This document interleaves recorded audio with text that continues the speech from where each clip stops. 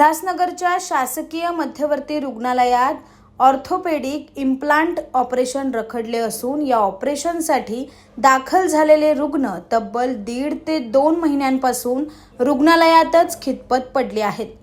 मध्यवर्ती रुग्णालयात महात्मा फुले जनआरोग्य योजनेतून ऑर्थोपेडिक इम्प्लांटची ऑपरेशन्स केली जातात।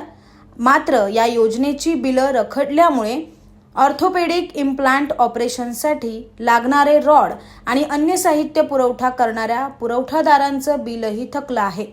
त्यामुळे या पुरवठादाराने हॉस्पिटलचा साहित्य पुरवठा बंद केलाय।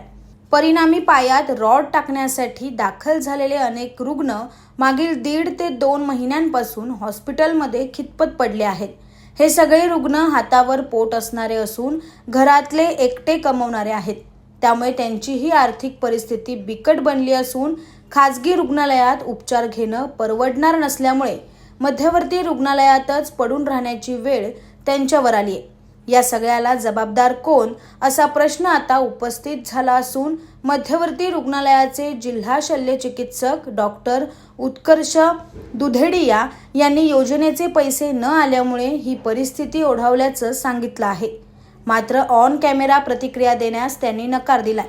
तर रुग्ण आणि त्यांच्या नातेवाईकांनी मात्र या सगळ्या परिस्थितीवर संताप व्यक्त केलाय।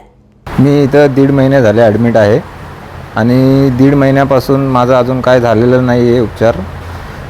डॉक्टरांशी भेटलो तरी डॉक्टर काय बोलत रॉड नाही म्हणून सांगतात ते इथं। आता रॉड कधी येतात काय येतात त्याचं आपल्याला पण काय माहीत नाही। माझे सगळे प्रूफ वगैरे सगळे काही जमा आहेत तिथं।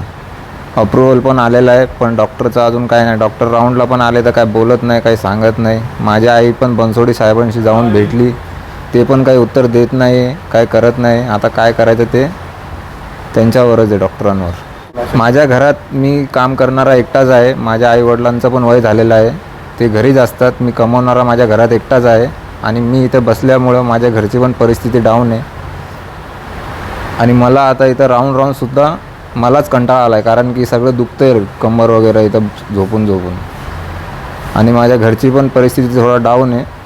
मिस्टरांचं आमच्या पाय मोडले तर 2 महिने झाले, ते लोक काही उपचारच करत नाही। आम्ही मुरबाडवरून आलो, लांबून आम्ही आलो, ऑपरेशनच करायचे त्यांचं, ते काही सांगतच नाही आम्हाला, वैर असंच बोलतात। कोण नाही, आता मीच करणार ना, मग आता काय करणार, त्याला करायला खूप मग आता काय करायचं, हाल तर होतेच ना। मग आता काय करायचं सांगा। आता आम्ही सरांना भेटते, बोलते तुम्ही करा, आमचा कोण नाही कमवायला, आम्ही 2 माणसं आहेत। Bureau report, AB fast news, Ulhasnagar.